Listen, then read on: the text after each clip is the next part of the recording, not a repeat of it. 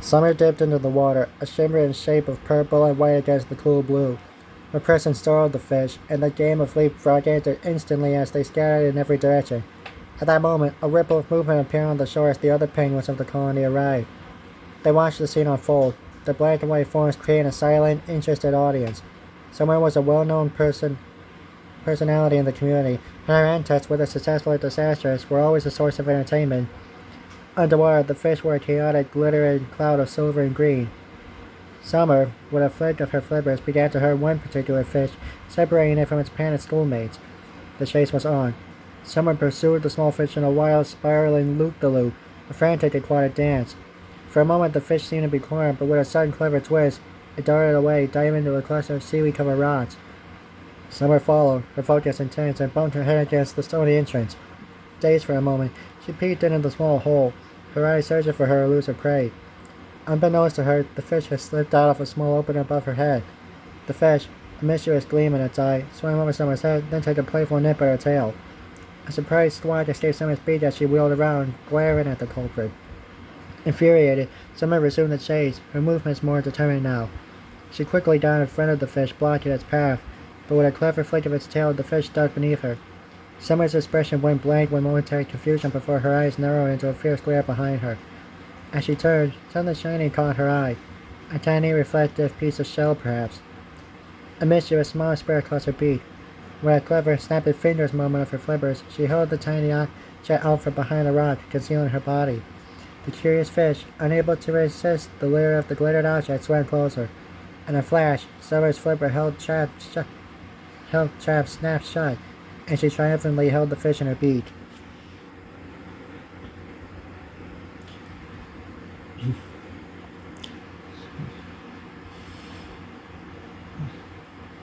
The baby penguin stood there, watching her with wide, unexpectant eyes. Slowly, however, his own curiosity began to win over obedience. He took a few wobbly steps toward the water, drawn by the shimmering movement of the fish. He didn't realize the danger. His fluffy gray down not yet waterproof. Just as he reached the water's edge, a rock-covered penguin with a dramatic spiky crest and a watchful eye swooped in. The rockhopper immediately scooped the baby up in his wings and placed him back on the safety of the bank. Summer, emerged with a fish clenched in her beak, spotted the scene. She gestured from the baby to herself, her flipper questioning the rockhopper. The rockhopper, recognizing Summer as a well-known member of the community, but puzzled as she usually didn't raise chicks, simply shrugged and released the baby. The baby waddled over to Summer, who managed to toss the fish into his open beak with a deft movement. The sight of this odd pair, Summer with her purple and white feathers feeding a baby emperor, touched the hearts of the watching penguin community. Spontaneously, penguins of all species began to help. Many different types of penguins, including antelopes and canes, dove into the water and returned with fish for Summer, who continued to feed the growing baby. He ate and ate until his small tummy was full and round, happy testament to the surprising generosity of the entire colony. Summer was startled by a flash movement. She looked up from the satiated baby penguin to see him wild determinedly toward the water, drawn by the last few still leaping into the shallows. "Oh no!" a gentle penguin squawked, diving and attempting to grab the baby with his beak. It was too late. The baby, clumsy on the ice, tumbled head over tail and plopped into the frigid water. Summer froze in panic, her heart thumping against her chest. The crowd of penguins on the beach, which had been watching the heartwarming scene, now stared in helpless horror. Her tiny baby! She was about to dive in when a gentle tap on her shoulder made her stop. A wise-looking king penguin pointed with his wing toward the open ocean. Summer, her beak slightly open and jarring confusion, followed his gaze.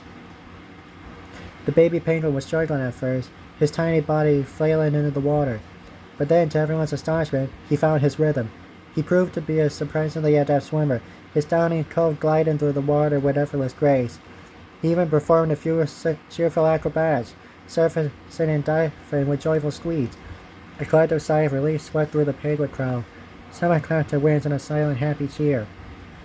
The baby, now a confident swimmer, spotted a large, spiky pufferfish gliding near the ocean floor. Driven by a desire to help his mother just as she had helped him, he swam downward with a purpose. He returned to the surface, proudly holding the struggling, protesting pufferfish in his beak. Summer was impressed by the size of the fish, a truly magnificent specimen. The baby tossed the inflated fish into her open beak, a gesture of deep affection. Summer swallowed it whole, patting her now full stomach with a satisfied gesture. But then, to the amusement of the crowd, she began to inflate. Her body grew larger and larger. Her purple-white coat stretched entirely until she was a round, bouncing balloon. The baby penguin jumped back in confusion, his tiny beak open in a comical "oh." The other penguins, a wave of laughter rippling through the crowd, watched as Summer bounced around like a rubber ball before deflating with a loud whoosh, spinning around and landed dizzyingly on the ice. The onlookers' amusement was infectious, their laughter filling the air with a sound that echoed the joy and unity of their shared experience. After a few seconds, Summer inflated and deflated again, her body ballooning out and then shrinking back to normal with a soft whooshing sound. The other penguins laughed even louder this time, pointing at their wings and slapping their sides. But the baby penguin, seeing the distress of Summer's face, suddenly turned and glared over his shoulder at the crowd. He furrowed his little brows, and in an instant the laughter died down, replaced by sheepish silence. Then Summer began to inflate once more, but this time it lasted longer, and she grew bigger than before. Her body swelled to the point where her face disappeared entirely, hidden behind the vast expanse of her puffing up belly. Only her beak was visible, a small pink point on an enormous purple sphere. This finally scared the other penguins, who realized this was not a funny sight anymore. As Summer slowly began to deflate and spin rapidly like a top, the baby penguin made a mad dash for it, his tiny legs pumping furiously.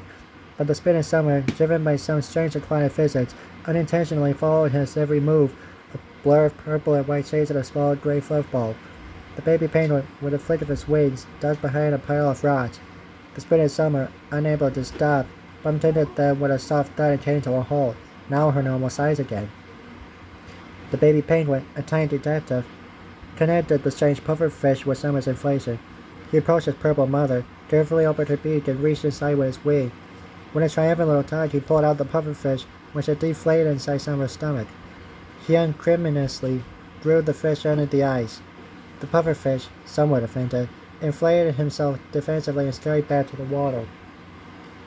Summer stared at the baby penguin, a mixture of annoyance and amusement on her face. The baby, sensing her glare, became sheepish. He lifted his wings in a gesture of apology and gave her a small, hopeful smile. Summer's annoyance melted away. She let out a sigh, and a warm smile spread across her beak. It was hard to stay mad at such a sweet, clever little penguin.